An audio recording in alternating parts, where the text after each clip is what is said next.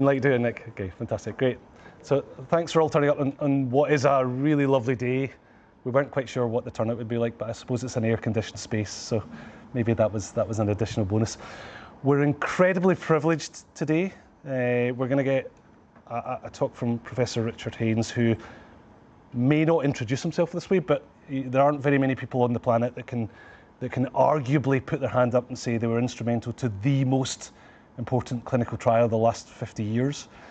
Richard is a practicing nephrologist, has a long and deep history with practice-changing trials, and we'll talk to you a little bit about some of the trials he's been involved with over the years.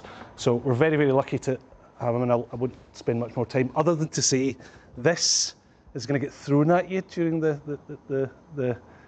questions and answers. So this is for the people who are online. So if I throw this at you and you get your hand up, it's not personal. You just take it and speak into it, okay? So, Richard, you have the floor. Thanks very much, Mark, and thanks very much for the very kind introduction.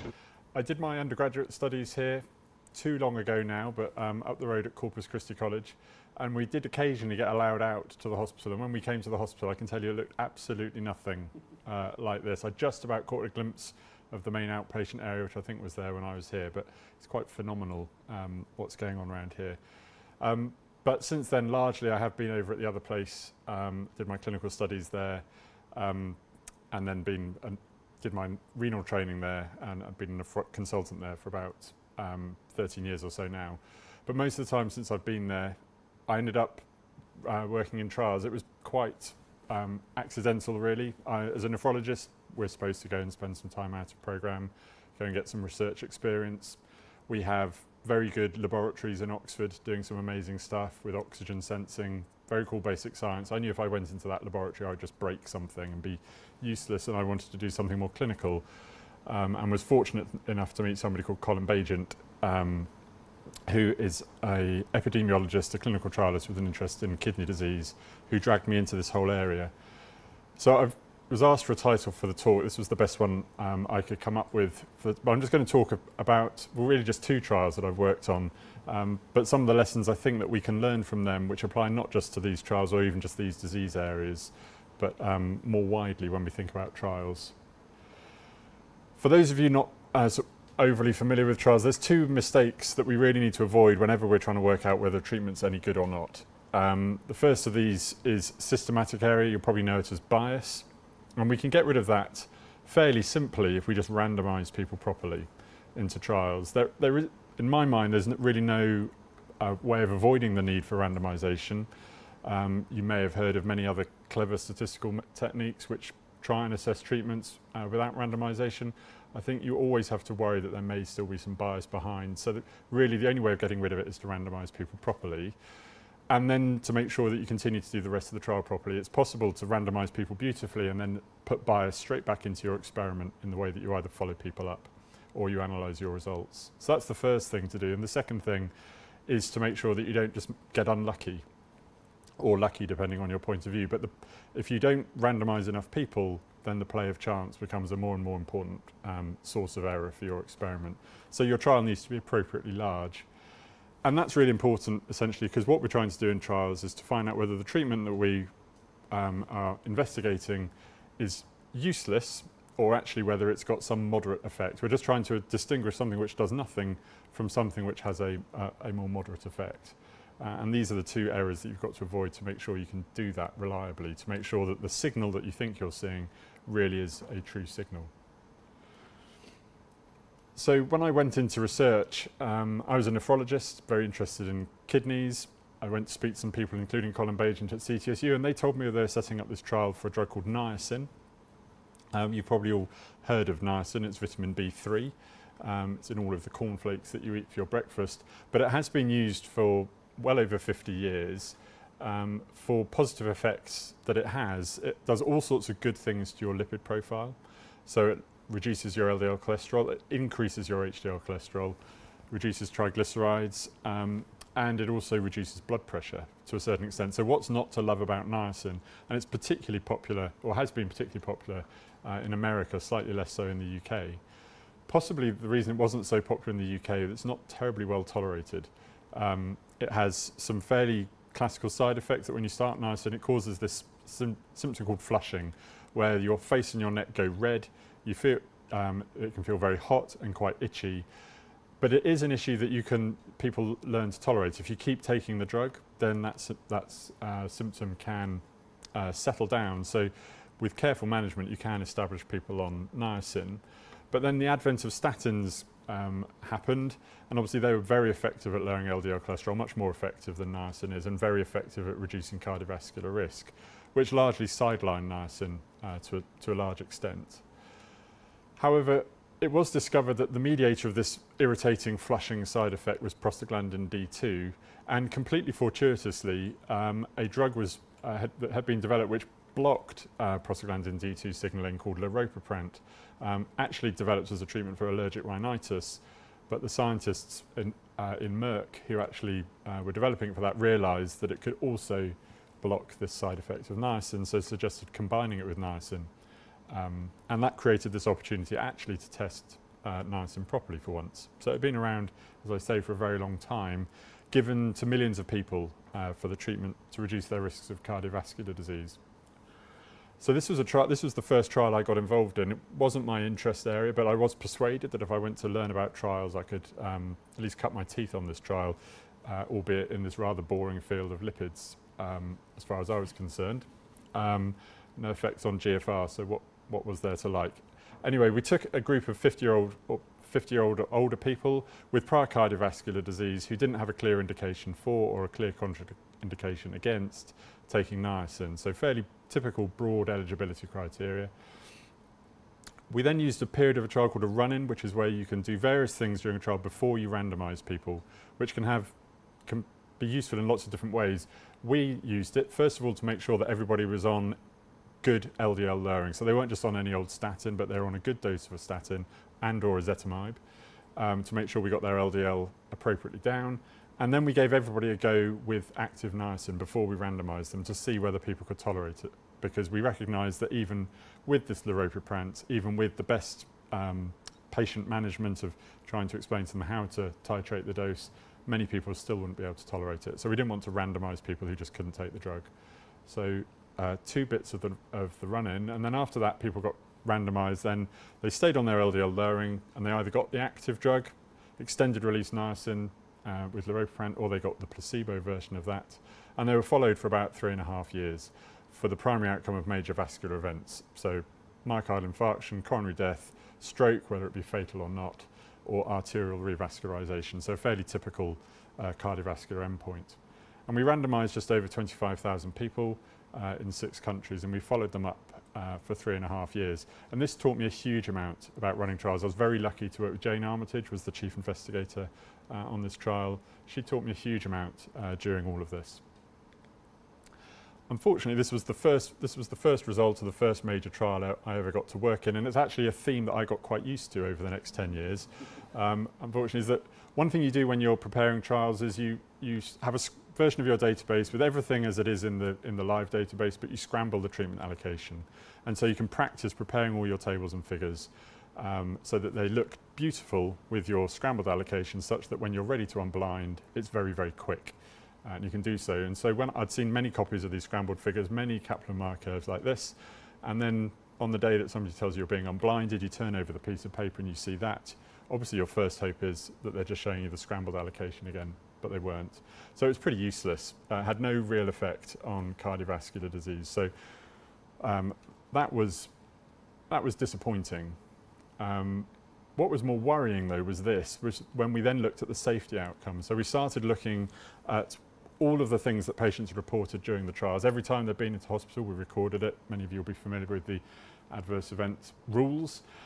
And we found things out about niacin which just weren't known. I'm sorry if I can see some people peering at this from the back. Sorry if it's a bit small. But all of the things down here are things which weren't, you could read published reviews saying niacin is safe. What we found was that it definitely increased the risk of new onset diabetes, which is not a good thing to have. It definitely increased the risk of infection, and that's people being hospitalised and dying from infections by about 10%. And it increased the risk, in particular, of bleeding. Again, serious bleeding complications amongst the people given niacin.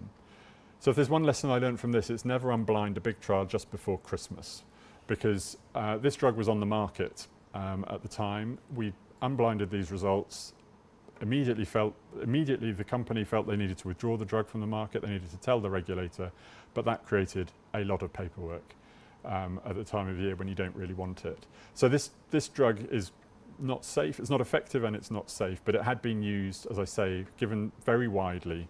All sorts of harm has been caused by the use of this drug over the years, but we never knew because we'd never done the trial.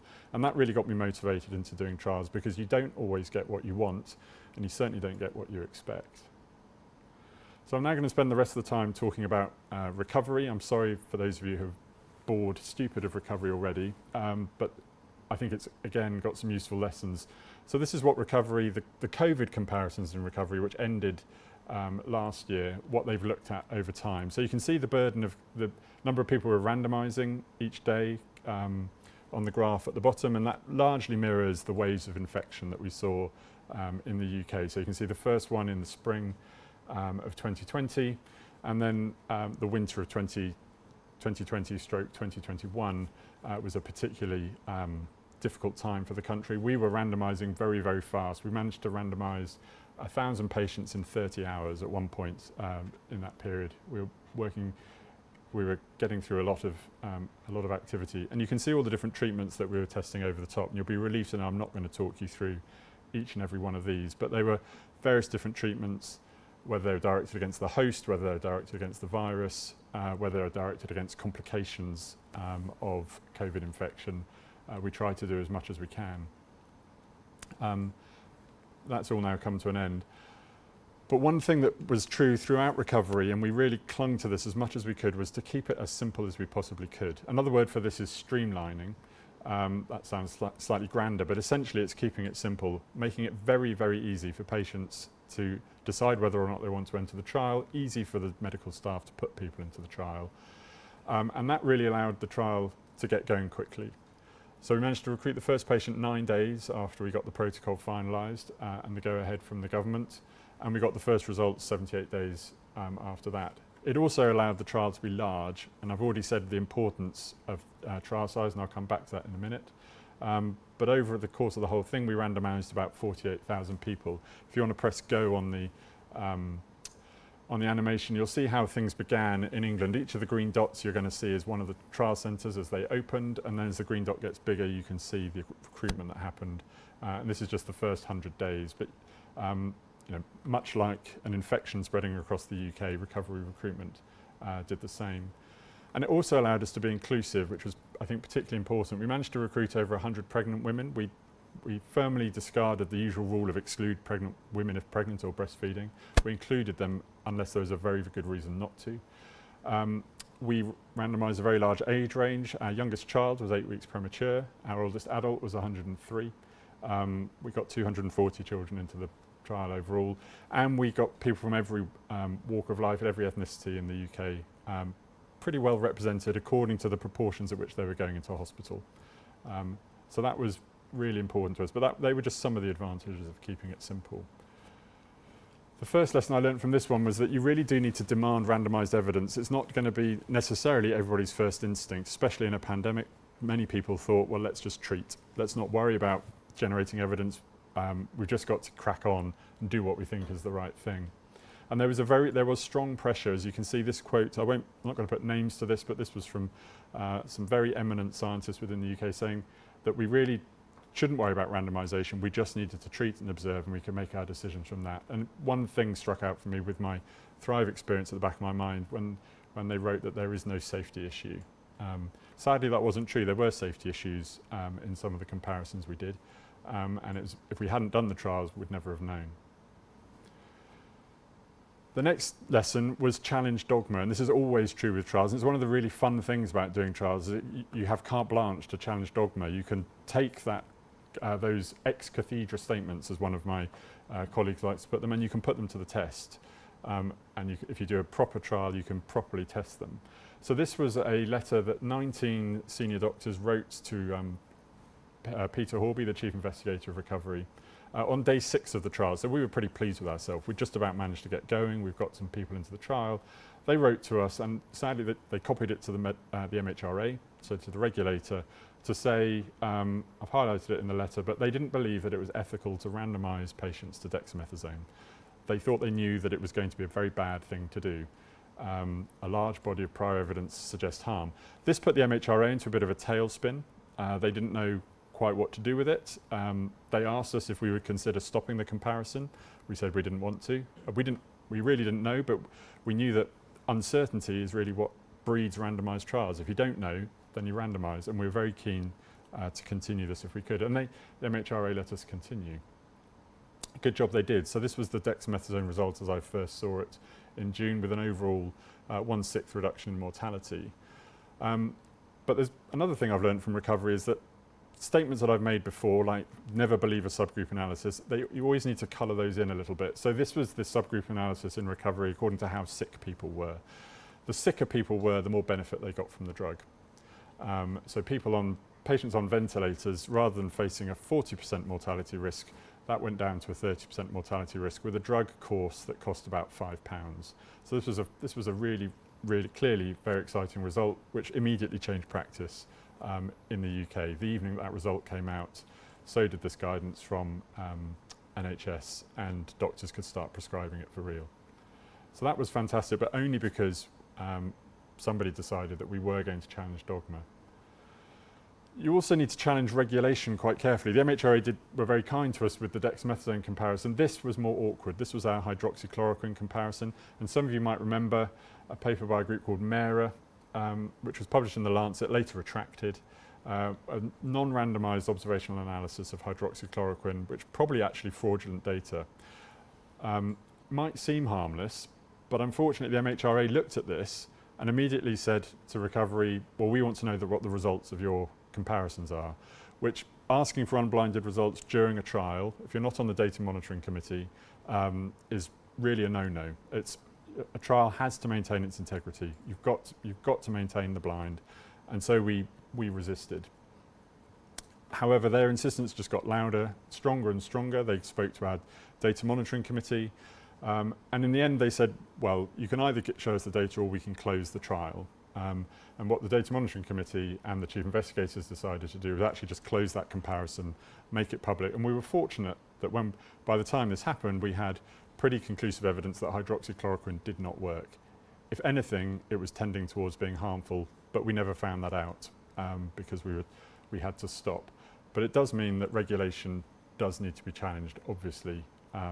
We shouldn't just go, I'm not encouraging anybody here to go and break the law, but you do need to consider what you're being told to do. Randomisation needs to be integral to high quality clinical care. It's great being in this building here. Mark's shown me around your amazing clinical research facility. I can see a hospital. I can almost spit and hit that hospital. That's quite phenomenal. One thing we really worked hard with was to make sure that recovery really was part of routine care. And the advantage that gives us, if you look on the left, this is what the United States did with convalescent plasma, which is a treatment which has been thought about since the major flu epidemic 100 years ago, so-called Spanish flu, where you take plasma from people recovering from the infection, hoping that it's rich in antibodies against your virus, and then give it to people who have just acquired the infection to see if you can give their immune system a head start. Sounds like a great idea.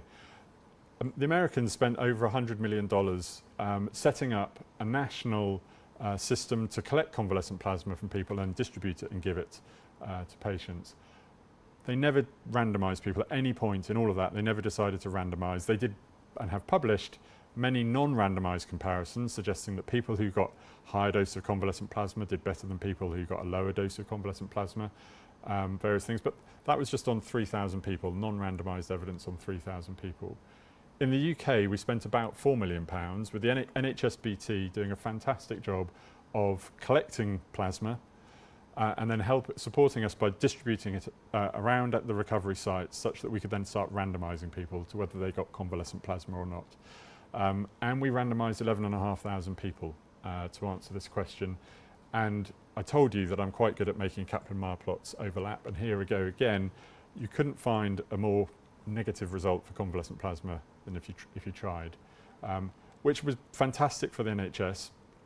I mean, a shame because we didn't find another treatment that worked, but it meant that we didn't have to spend all of our resources trying to process this stuff, and that was quite resource intensive, preparing the convalescent plasma and distributing it. Efforts could be placed elsewhere. I'm going to come back to challenge dogma because I like it so much. We were told repeatedly that antivirals were not going to work in the hospitalised population, and we were given very plausible reasons for that. When you get admitted with COVID, the virus levels in your system are actually, if anything, on the decline. And as people got sicker and progressed onto intensive care, actually the virus in many cases had actually disappeared from the patients. All that was left was possibly a bit of dead virus in their nasopharynx. But therefore, giving people antivirals was not going to be effective. It was all about that host response.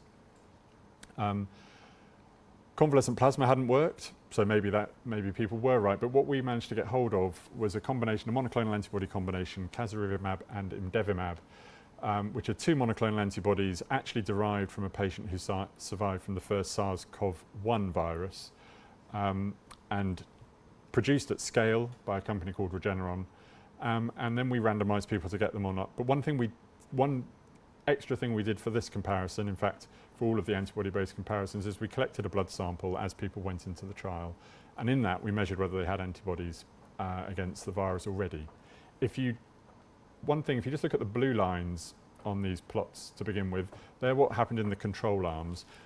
If you didn't have antibodies at the time you arrived in hospital, you can see your mortality was about twice that than if you did have antibodies, showing that antibodies are clearly important. The immune response is important to the outcome. Now that's not randomised data, that's simply observational. There may be many things about the people who didn't generate their own antibodies. They're probably immunosuppressed, or probably more likely to be immunosuppressed, likely to be older.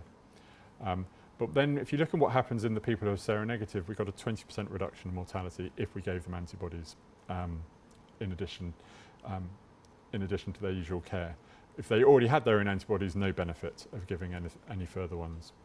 So that was another really useful result. Unfortunately, the virus beat us on this one. You don't see this drug in guidelines anymore because the virus has evolved and it's now largely resistant to these antibodies, but it has proved a really important principle that antibodies like this can work.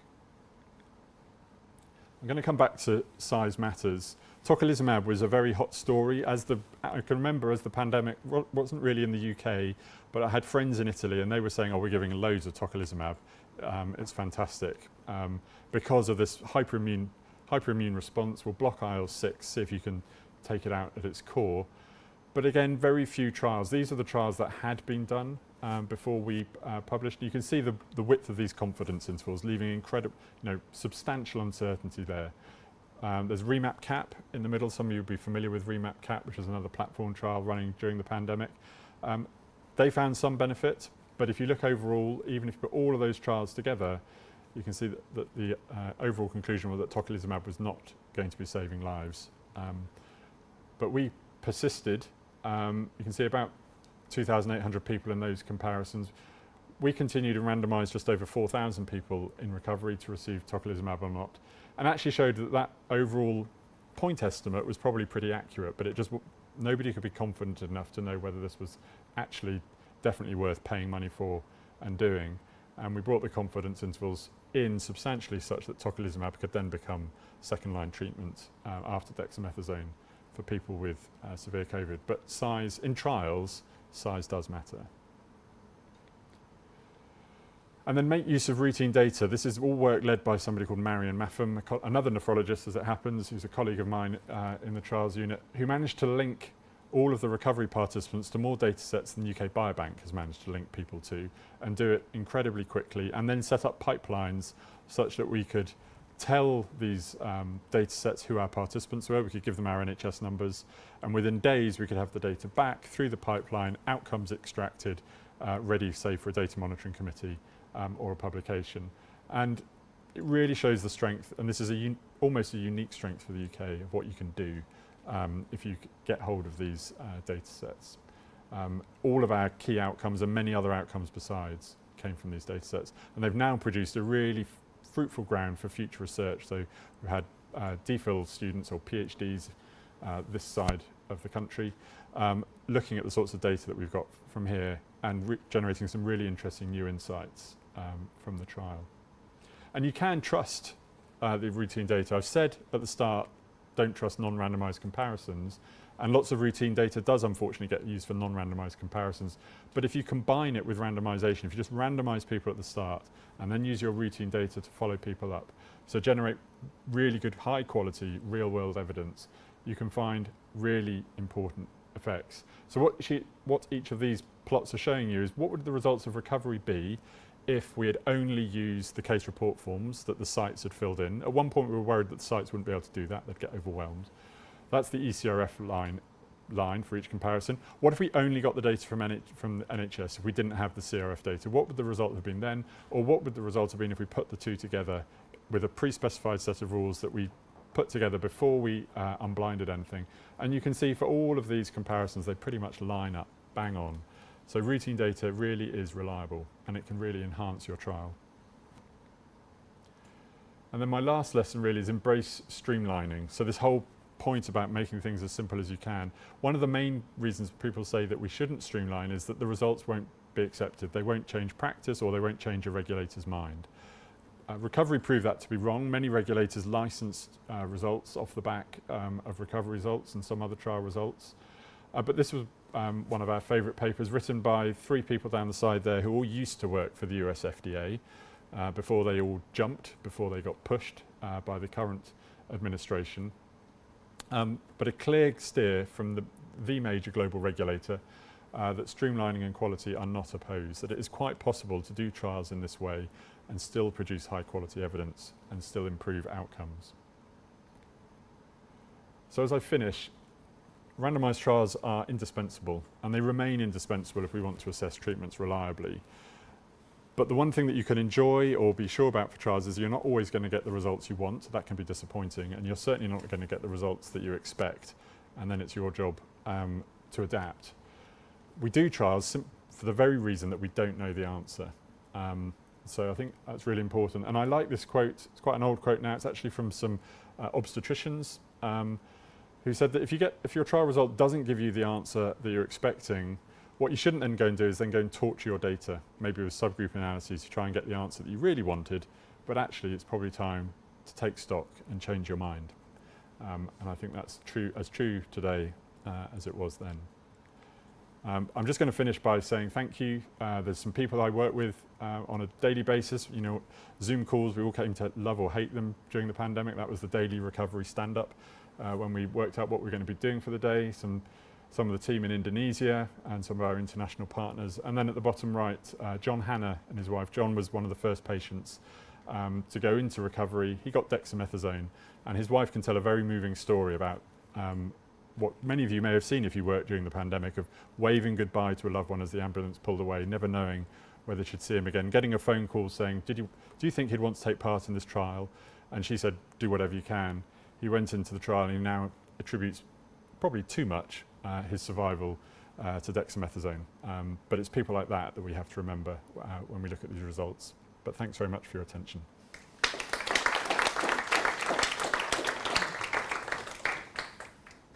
Fantastic. Okay. Any immediate questions? And if there aren't, okay. Richard, magnificent. Thank you very much. On behalf of scientific community and society, really societally changing results there. Could you reflect for a moment? You mentioned in our little chat before the lecture that the time of the pandemic was special because many of the bureaucratic hurdles that had slowed down trials in particular had been relaxed. How can we recreate that? It seems to me that cultural change is insufficient. Do we need legislation? What do we need to really make it enduring? Yeah, I think too often when people look at this, they look at what the current bureaucratic structure is, and they say, well, what can we do without? What can we reshape, or what might be able to take away? Personally, I would rather just rip it all up and start again, because the regulations for trials at the moment are not written based on the scientific principles of trials. If you read good clinical practice, I don't suggest you do, but if you do, you'll actually find very little mention of what proper randomisation looks like. This trial has been inspected by regulators from around the world. I've done other trials which have. Never has the inspector actually asked me, how did your randomisation work? Did your randomisation work properly? And if your randomisation doesn't work, you may as well just go home. The whole thing is a waste of time. But they never ask that question. They're too focused on, you know, did you file that properly in the trial master file, or where's your file note for that? So I would rather rip it all up, frankly. I don't think that's going to happen. The UK is fortunate. We have got a new clinical trial regulation coming into force fairly soon, and that does have some fairly big improvements in it. But I still think it could go further. But it's going to be a very brave person, I think, to take on, if you like, well, I don't want to say the blob because that makes me sound like somebody else, but take on sort of those established rules and actually start again.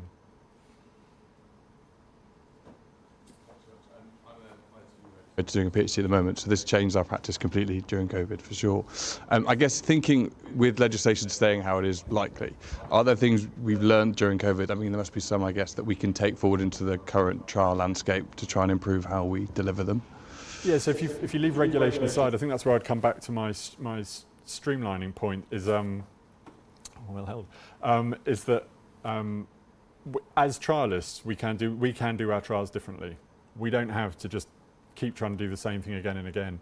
And I think too often people, when they want to do the next trial, they look at the last one they did, or they'll get the template out and start filling in the template. I don't think that's the way we should do trials. I think when we're doing a trial, you should pretty much start with a blank piece of paper and say, okay, what's the question? What really matters to answer this question, and how are we going to address that?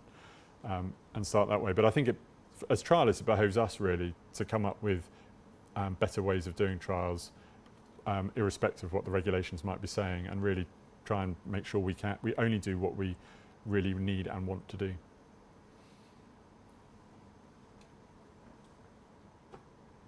Very much for the talk.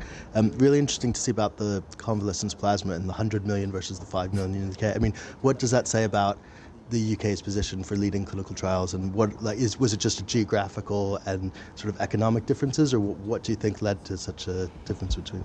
I think the big advantage we've got in the UK is we have a single NHS, and much as it's struggling at the moment, there is so much envy for the NHS when people look at it from outside. When the Americans look at the NHS from the outside, sure, some of them say it's socialised medicine and low quality medicine, but actually people who really understand how trials work look on it and think it's huge potential.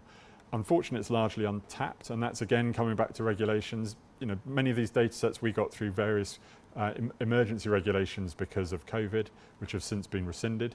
And so I'm sure many of you have worked with NHS data here, and you share our pain of trying to access those data and then be allowed to do with them what you need to do. But that, I think, is it's a huge strength. If the UK could leverage that, it would be head and shoulders above many other countries. And the other thing was prioritisation, which I think we haven't solved post-pandemic. How do you think we convince everybody that there are some questions that we just need the answer to, and therefore our system should be pointed at them? Yeah, I mean, that was a problem during the pandemic, and I think it's a problem now. I don't think all trials are equal, but the trouble is everybody's going to say that their trial is the most important. I get that, but I think there does need to be a sensible view of there are limited resources. That hospitals can only do a certain number of trials. In Oxford, I get quite frustrated in my own kidney unit when we're offered the opportunity to randomise 2 people into a trial, which, as far as I can see, isn't really going to shift the needle very much. And we put a huge amount of effort into doing that, not recognising the huge opportunity cost that unfortunately that brings with it, which means with all those things we can't do. So I think you've got to recognise the opportunity cost of things which too easily are ignored. Great. Thanks, Richard. Thank you. Super. Okay, great. So, and now Dr. Meri, who's a BHF Intermediate Training Fellow. That's right, yeah? BHF Fellow, yeah. Will talk to us about sex stratification differences in adaptive immunity. in atherosclerosis. Thanks.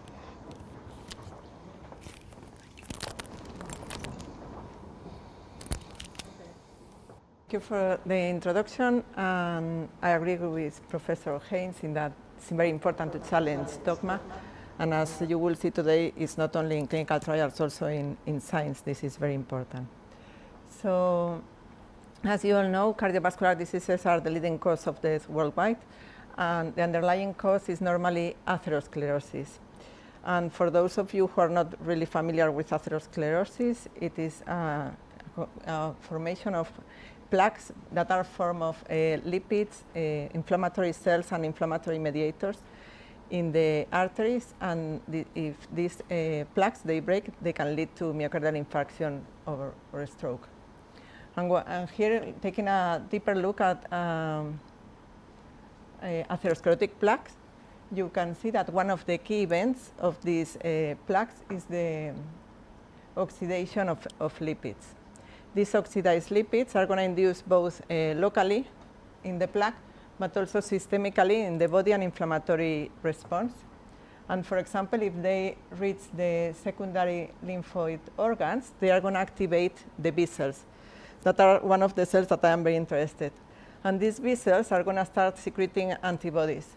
And today, for simplicity, we are going to talk about protective IgM antibodies, and they are against the oxidation of specific epitopes of these oxidized lipids, and they protect from atherosclerosis because they bind these oxidized lipids and they help to eliminate them. And then we also have proatherogenic IgG antibodies that what they do is to bind on the surface of these macrophages to these Fc gamma receptors, and they will inhibit the elimination of these oxidized lipids. So, as you all know, also statins was a great discovery of the last century, and it really decreased the risk of cardiovascular diseases. But there is still a very high proportion of the population, up to 50% of the people that are treated with statins, that are still having a high inflammation, and they are what we said with residual inflammatory risk. And for these people, my research will be important. So we have several clinical trials that they have been targeting the innate immune response. They are flagship clinical trials that they have demonstrated that inflammation is very important in atherosclerosis. And we may mention CANTOS and that target anti-IL-1 beta with canakinumab. And other clinical trials that they have targeted, they have used colchicine, for example, anti-IL-6. But all these clinical trials, despite they decrease a bit the cardiovascular disease, what they do also is increase the risk of fatal infection. Well, there is an urgent need of finding therapies that are more specific. And for this, for example, Ziad Malab, who is also working here in the HLRI, he has been pioneering targeting the adaptive immune response. And he's currently doing 2 clinical trials targeting B cells and also Tregs. The only thing that for treating myocardial infarction, these therapies might be useful, but definitely they won't be useful for treating atherosclerosis in the long term. And I will show you, for example, why at the end, if you want, why rituximab wouldn't be useful for treating atherosclerosis. So what we knew before I came to Cambridge is that there are different types of B cells, and you have B1 cells that they are protective because they are the ones that secrete these protective IgM antibodies. And then we have B2 cells that they were the research topic of Ziad and Andy, and they demonstrated that they are proatherogenic. Because they activate this germinal center response and the formation of IgG proatherogenic antibodies. And for doing this, they need this other cell type that are called T follicular helper cells, and that they are going to also be very important in my talk. But there are different types of B2 cells, and there are also these other types that are called marginal zone B cells that we didn't know which was its role, but we know that they can both secrete IgG antibodies, but also protective IgM antibodies. So we wonder what would be its role in atherosclerosis. We normally use atherosclerotic mouse models, and we use specifically LDLR knockout mice. So these mice, when they are put on a high-fat diet, they are going to have very high levels of cholesterol, and they are going to develop atherosclerosis. So what we did is, on this mice atherosclerotic mouse model, we did a bone marrow transplant with mice that they do not have marginal zone B cells. And we obtained these mice because if you delete not signaling pathway only in B cells, then you have a mouse that only doesn't have marginal zone B cells, but all the rest of the B cell subsets remain the same. So when we did these experiments, we found, surprisingly, that mice with no marginal zone B cells, they had increased atherosclerosis. And this was surprising because we are talking about a B2 cell that is supposed to be atherogenic. So then we wanted to understand why, and we checked for the whole immune response, and we found that, in fact, these mice with no marginal zone B cells, they had increased, I don't know what is the pointer here, they have an accumulation of T follicular helper cells. And these T follicular helper cells, I was telling to you that they are important for inducing the germinal center response and the pro-atherogenic IgG antibodies. But we didn't know if they have any relationship with marginal zone B cells. And then we did an experiment in which we get rid of these T follicular helper cells using anti-ICOS ligand antibody. And now you can see that there are no differences in atherosclerosis. So we concluded that this protective effect of marginal zone B cells is because they are modulating T follicular helper cells. We wanted to know also how they could be modulating these T follicular helper cells, because nobody has described before that they were even able to interact. So for that, we did RNA sequencing of these marginal zone B cells. And we were very excited when we found PD-L1 that was significantly upregulated in these marginal zone B cells in mice after a high-fat diet, because T follicular helper cells express in their surface a lot of the receptor, that is PD-1. So we target PD-L1 only in marginal zone B cells. We made mice that do not express PD-L1 only in the marginal zone B cells. And we found that these mice have increased atherosclerosis and increased T follicular helper cells. We also identified 2 transcription factors that have been associated with increased risk of cardiovascular disease and atherosclerosis. These were ATF3 and NR4A1. And again, when we have done a mouse model without ATF3 and NR4A1 only in the marginal zone B cells, there was an increase in atherosclerosis and increase in the number of T follicular helper cells. So we were able to conclude that in response to a high-fat diet, marginal zone B cells activate a protective program in which they upregulate BCR and toll-like receptor signaling pathway, that they will upregulate NR4A1 and ATF3, and this will upregulate PD-L1 in their surface. But we didn't know which was the specific role of these T follicular helper cells, despite everybody was supposed to think that they are pro-atherogenic. So we did the now experiment in which we took our atherosclerotic mouse models and we got rid of these T follicular helper cells. And what we found, again, it was surprising, because these mice with no T follicular helper cells, they also had increased atherosclerosis in both males and females.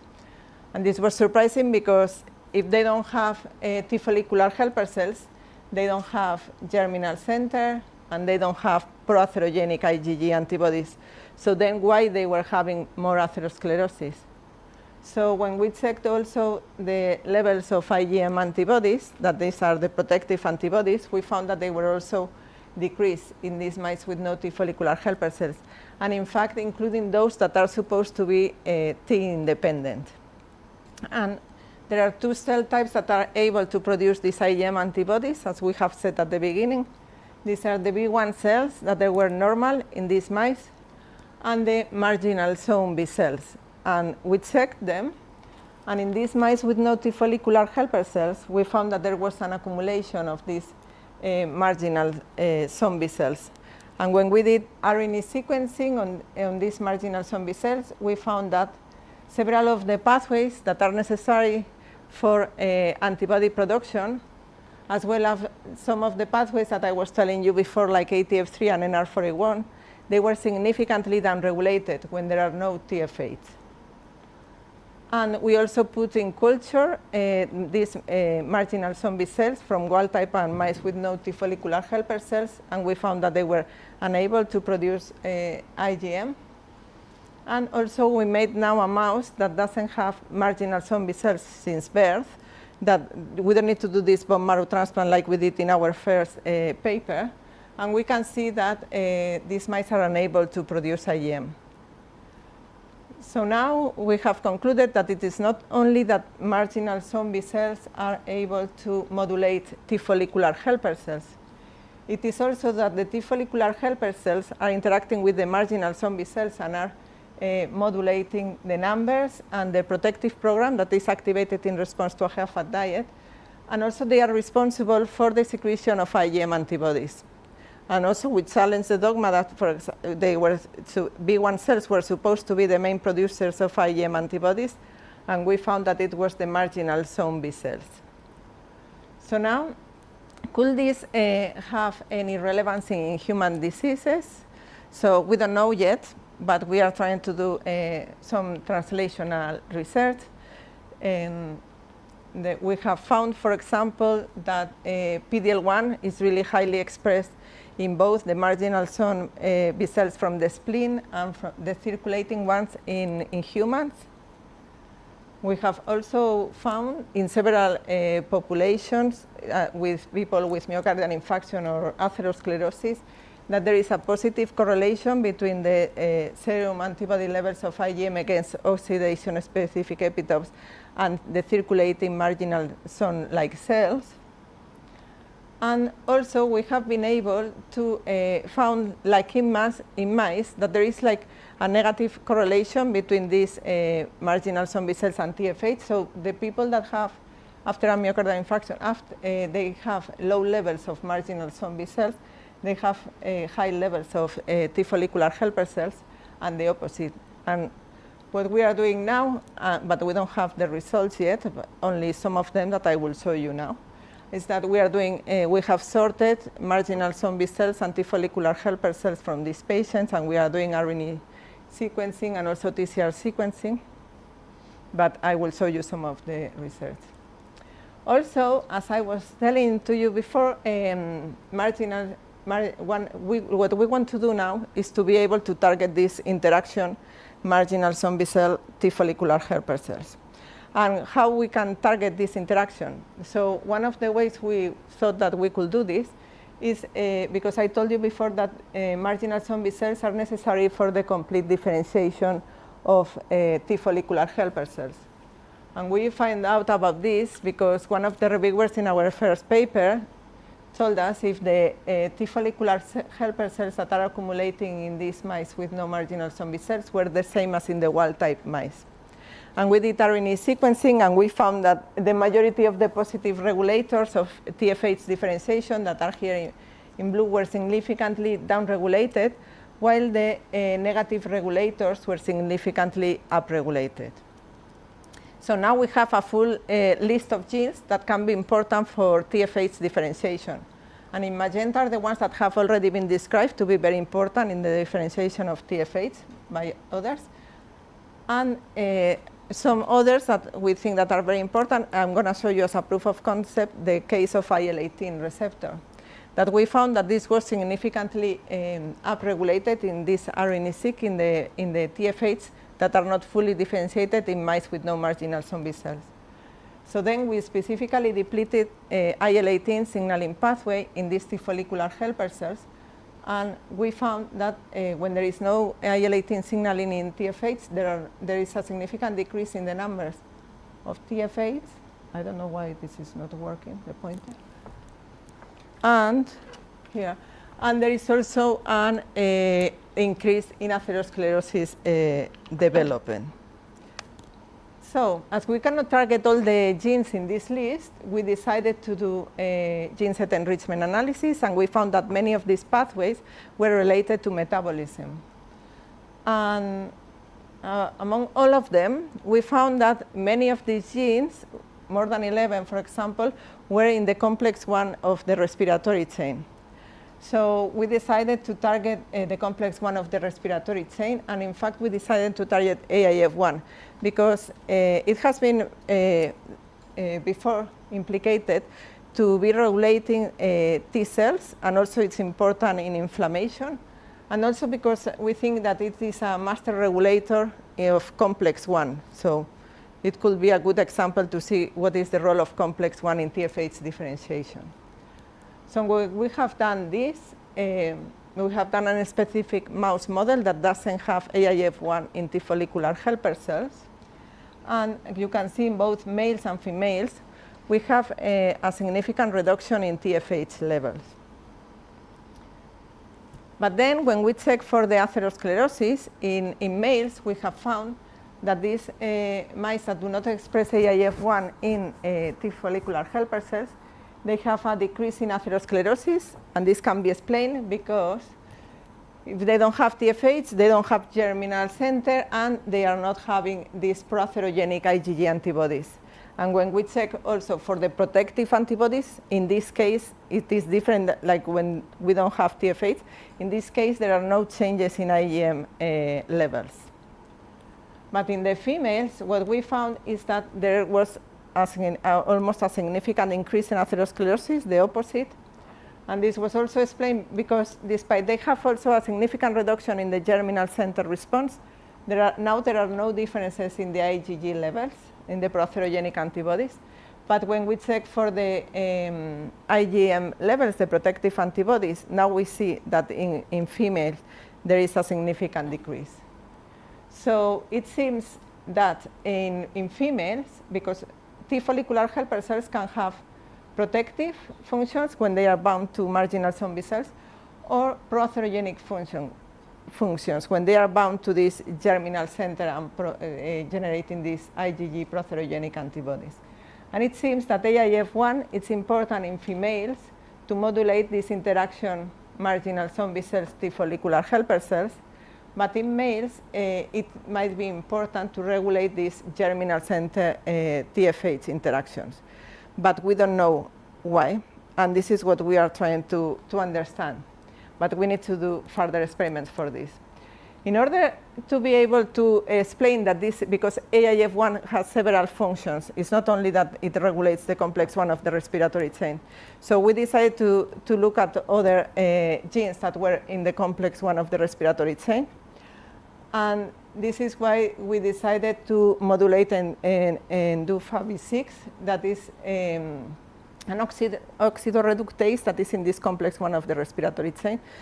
And Anna Bujic and Mike Murphy have the mice, so we were able to do this. And now, surprisingly, what we find is that when we modulate this ND6, we don't find significant differences in the TFH levels. So, and when we check for the plaque and the germinal center response and the plasma cells, we don't see differences in males, and we don't have the data yet for females. So we were thinking, oh, so maybe this will mean that the complex 1 of the respiratory chain is not important. But also, if you remember, one of the main functions of this complex 1 of the respiratory chain is that they oxidize this NADH into NAD. And we have been able to measure NADH levels because NADH has autofluorescence, and you can measure this in the cells. So what we have found is that in males so far, we haven't done it yet in females, is that in males in the pro-T follicular helper cells, there is a significant increase. There is an accumulation of NADH when in the mice that doesn't express AIF1 in TFH. So probably this complex 1 is not working properly. And this is already described in the literature. When you do the mutant of ND6, like in a whole new mutant, there are no differences in NADH levels. It also alters the ROS production of the complex 1 of the respiratory chain. So also we are very excited because, as I said, we have this data on the T follicular helper cells from human patients, from healthy controls and atherosclerotic patients, and we have done this RNA sequencing, and we have found that oxidative phosphorylation is one of the pathways that is more significantly altered in between people with atherosclerosis and controls. And so some of the genes that are in these pathways are also related to complex one of the respiratory chains, and also with lipid metabolism that I'm not explaining now, but we are also targeting lipid metabolism. And finally, because we have both males and females, humans, when we check the same pathways, we can see that oxidative phosphorylation and all the markers of the complex one is significantly altered in the males, and the same for the fatty acid metabolism. But in females, this significance is lost. We don't know if it's because of the lack of power or if it is a real effect, but we are trying to check this. So to conclude, and our future plans are that it seems that complex one of the respiratory chain, especially in ADH, is important for TFH differentiation, and now we are going to perform some NADH supplementation experiments. There is a sexual dimorphism in this TFH function that we want to continue exploring, and for this we are doing further experiments with atherosclerotic mice models, because this is not the first time that occurs this sexual dimorphism related to antibody production and TFH. And finally, we are also going to target other genes in the fatty acid metabolism, like CPT1. And yeah, thank you to all our to my group, to our collaborators, and to all our funders. Thank you.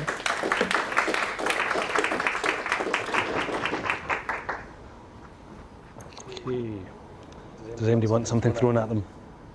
No. Okay. Oh, fantastic. Much for the presentation. I had a question. At the start, there was a slide where you mentioned that this research focuses on patients who have low cholesterol but higher levels of inflammation. What proportion would you say of patients that is with atherosclerosis? It's around 30 to 50% of the people who are treated with statins. They are still having high levels of they measure it with the C-reactive protein, but I'm sure if we use other markers, we will have even more.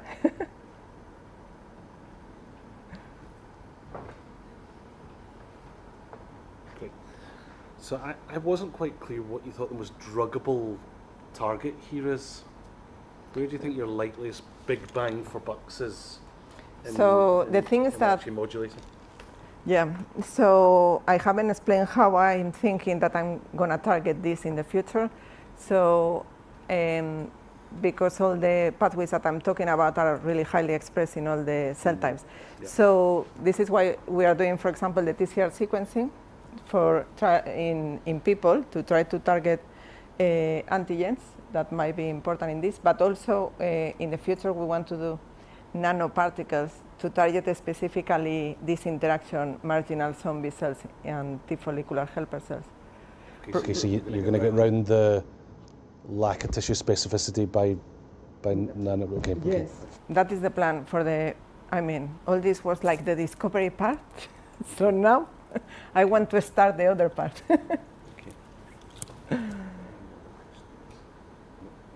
Fantastic. That is us coming in exactly on time, so thank you very much, Meri. Thank you. Great. Okay, so just thanks to the two speakers, very different talks today. We'll see you back again next time.